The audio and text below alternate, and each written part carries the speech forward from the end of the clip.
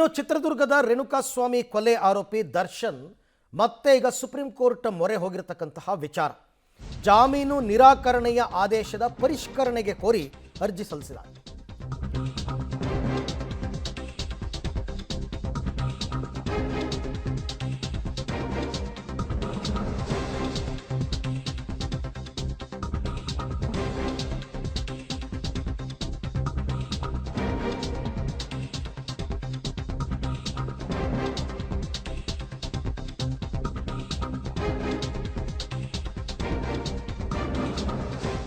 ಕೊಲೆ ಆರೋಪಿ ದರ್ಶನ್ ಈಗ ಮತ್ತೆ ಸುಪ್ರೀಂ ಕೋರ್ಟ್ ಮೊರೆ ಹೋಗಿರೋದು. ಯಾಕೆ ಅಂದರೆ ಜಾಮೀನು ನಿರಾಕರಿಸಿತ್ತಲ್ಲ ಸುಪ್ರೀಂ ಕೋರ್ಟ್, ಆ ಆದೇಶದ ಪರಿಷ್ಕರಣೆಗೆ ಕೋರಿ ದರ್ಶನ್ ಸುಪ್ರೀಂ ಕೋರ್ಟ್ ಮೊರೆ ಹೋಗಿದ್ದಾರೆ. ಆದೇಶವನ್ನು ಮಾರ್ಪಾಡು ಮಾಡಬೇಕು. ಯಾಕೆ ಅಂದರೆ ಈ ಹಿಂದೆ ಸುಪ್ರೀಂ ಕೋರ್ಟ್ 1 ವರ್ಷದ ಬಳಿಕವಷ್ಟೇ ನೀವು ಜಾಮೀನಿಗೆ ಅರ್ಜಿ ಹಾಕ್ಕೋಬೇಕು, ಅಷ್ಟರಲ್ಲಿ ಟ್ರಯಲ್ಸ್ ಎಲ್ಲ ಮುಗಿದಿರಬೇಕು ಅಂತ ಹೇಳಿತ್ತು. ಈಗ ಸುಪ್ರೀಂ ಆದೇಶದಲ್ಲಿ ಮಾರ್ಪಾಡು ಮಾಡೋದಕ್ಕೆ ನಟ ದರ್ಶನ್ ಮನವಿ ಮಾಡಿಕೊಂಡಿದ್ದಾರೆ.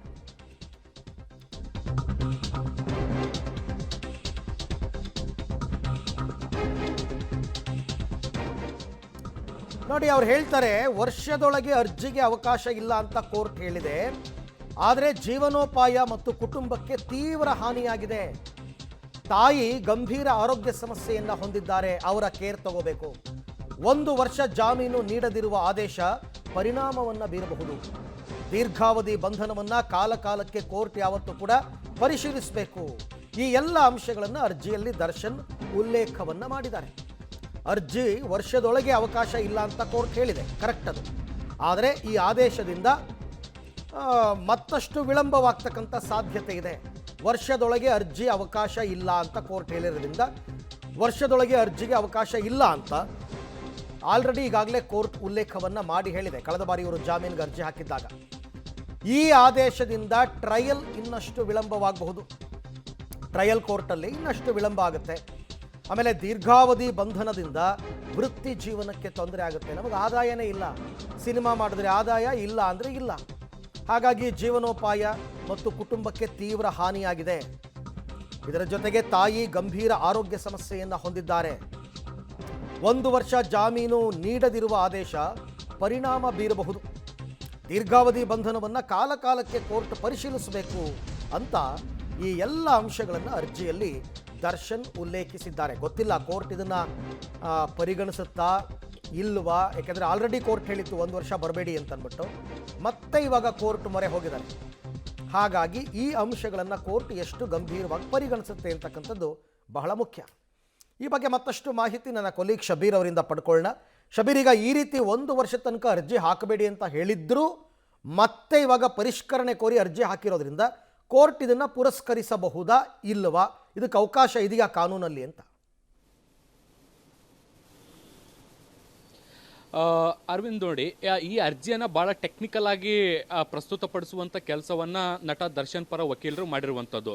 ನೋಡಿ, ಈ ಹಿಂದೆ ಕೊಟ್ಟಂಥ ಸುಪ್ರೀಂ ಕೋರ್ಟ್ ಆದೇಶ ಕೊಟ್ಟಿರುವಂಥ ಆದೇಶವನ್ನು ಪರಿಷ್ಕರಣೆಗೆ ಅಲ್ಲ, ಆದೇಶದಲ್ಲಿರುವಂಥ ಕೆಲವೊಂದಿಷ್ಟು ವಾಕ್ಯಗಳು ಅಥವಾ ಪದಗಳನ್ನು ಮಾಡಿಫೈ ಮಾಡೋಕ್ಕೋಸ್ಕರ ಈ ಒಂದು ಅರ್ಜಿಯನ್ನು ಸಲ್ಲಿಸಿರುವಂಥದ್ದು. ಈ ಹಿಂದೆ ಸುಪ್ರೀಂ ಕೋರ್ಟ್ ಕೊಟ್ಟಂಥ ಆದೇಶದ 15ನೇ ಪ್ಯಾರಾದಲ್ಲಿ ಒಂದು ಲೈನನ್ನು ಉಲ್ಲೇಖ ಮಾಡ್ತಾರೆ. ಆ ಲೈನ್ ಏನು ಹೇಳುತ್ತೆ ಅಂದರೆ, ಮುಂದಿನ 1 ವರ್ಷದ ತನಕ ನಟ ದರ್ಶನ್ ಅವರು ಜಾಮೀನು ಕೋರಿ ಅರ್ಜಿ ಸಲ್ಲಿಸುವಂತಿಲ್ಲ. ಒಂದು ವೇಳೆ 1 ವರ್ಷದ ಬಳಿಕವೂ ಕೂಡ ಟ್ರಯಲ್ ವಿಳಂಬ ಆದರೆ ಆಗ ಅವರು ಜಾಮೀನು ಸಲ್ಲಿಸಲಿಕ್ಕೆ ಅರ್ಹರಾಗ್ತಾರೆ ಅನ್ನುವಂತಹ ಒಂದು ಲೈನ್ ಅನ್ನು ಉಲ್ಲೇಖ ಮಾಡಿರುವಂಥದ್ದು. ಇದರ ಮಾರ್ಪಾಡಿಗೆ ಈಗ ನಟ ದರ್ಶನ್ ಪರ ವಕೀಲರು ಮನವಿಯನ್ನ ಮಾಡಿಕೊಂಡು ಈಗ ಸುಪ್ರೀಂ ಕೋರ್ಟ್ಗೆ ಅರ್ಜಿಯನ್ನು ಸಲ್ಲಿಸಿರುವಂಥದ್ದು. ಈ ಬಾರಿ ಅರ್ಜಿಯಲ್ಲಿ ಅವರು ಸಾಕಷ್ಟು ಬೇರೆ ಬೇರೆ ವಿಚಾರಗಳನ್ನು ಪ್ರಸ್ತಾಪಿಸುವಂತ ಕೆಲಸವನ್ನ ಮಾಡಿದ್ದಾರೆ. ಒಂದು, ತಮ್ಮ ಖಾಸಗಿ ವಿಚಾರಗಳು ಅಂದ್ರೆ ಸಿನಿಮಾ, ಪ್ರೊಫೆಷನ್ ಮತ್ತೆ ಆರ್ಥಿಕ ಪರಿಸ್ಥಿತಿಗಳು ಒಂದು, ಮತ್ತೆ ಅವರ ತಾಯಿಯ ಆರೋಗ್ಯ ಕೂಡ ಬಹಳಷ್ಟು ಹದಗೆಟ್ಟಿರುವಂತಹ ಹಿನ್ನೆಲೆಯಲ್ಲಿ ಆ ಒಂದು ವಿಚಾರವನ್ನು ಕೂಡ ಅಲ್ಲಿ ಉಲ್ಲೇಖಿಸುವಂತ ಕೆಲಸವನ್ನ ಕೂಡ ಮಾಡಿದ್ದಾರೆ. ಇನ್ನು ಖುದ್ದು ನಟ ದರ್ಶನ್ಗೂ ಕೂಡ ಸಾಕಷ್ಟು ಆರೋಗ್ಯ ಸಮಸ್ಯೆಗಳು ಇರುವಂತಹ ಹಿನ್ನೆಲೆಯಲ್ಲಿ ಕೆಲವೊಂದು ಸಂದರ್ಭದಲ್ಲಿ ತುರ್ತು ಜಾಮೀನು ಪಡಿಬೇಕಾದಂತ ಅನಿವಾರ್ಯತೆಗಳು ಬರಬಹುದು ಅನ್ನುವಂಥದ್ದನ್ನು ಅವರು ಉಲ್ಲೇಖ ಮಾಡಿದ್ದಾರೆ. ಸುಪ್ರೀಂ ಕೋರ್ಟ್ ಮುಂದಿನ 1 ವರ್ಷದ ತನಕ ಜಾಮೀನಿಗೆ ಅರ್ಹರಲ್ಲ ಅನ್ನುವಂತ ನಿಟ್ಟಿನಲ್ಲಿ ಆದೇಶವನ್ನ ಕೊಟ್ಟರೆ ಈ ರೀತಿಯಾದಂತಹ ತುರ್ತು ಪರಿಸ್ಥಿತಿಗಳ ಸಂದರ್ಭದಲ್ಲಿ ಅಥವಾ ತಾಯಿಯ ಆರೋಗ್ಯ ಹದಗೆಟ್ಟಂತ ಸಂದರ್ಭದಲ್ಲಿ ಮಾನವೀಯ ನೆಲೆಯ ಮೇಲೂ ಕೂಡ ಕೆಲವೊಮ್ಮೆ ಜಾಮೀನನ್ನ ಪಡಿಬೇಕಾಗತ್ತೆ. ಸೊ ಇಂತಹ ಸಂದರ್ಭದಲ್ಲಿ ಕೆಳ ಹಂತದ ನ್ಯಾಯಾಲಯದಲ್ಲಿ ನಮಗೆ ಹಿನ್ನಡೆ ಆಗಬಹುದಾದಂಥ ಸಾಧ್ಯತೆಗಳಿದ್ದಾವೆ. ಹಾಗಾಗಿ ಈ ಒಂದು ಲೈನ್ ಅನ್ನ ನೀವು ಮಾರ್ಪಾಡು ಮಾಡಿಕೊಡಬೇಕು ಅನ್ನುವಂಥ ನಿಟ್ಟಿನಲ್ಲಿ ಅವರು ಮನವಿಯನ್ನ ಮಾಡ್ಕೊಂಡಿರುವಂಥದ್ದು. ಅಂದ್ರೆ ನಟ ದರ್ಶನ್ ಅವರ ಮನವಿ ಬಹಳ ಸ್ಪಷ್ಟವಾಗಿರುವಂಥದ್ದು.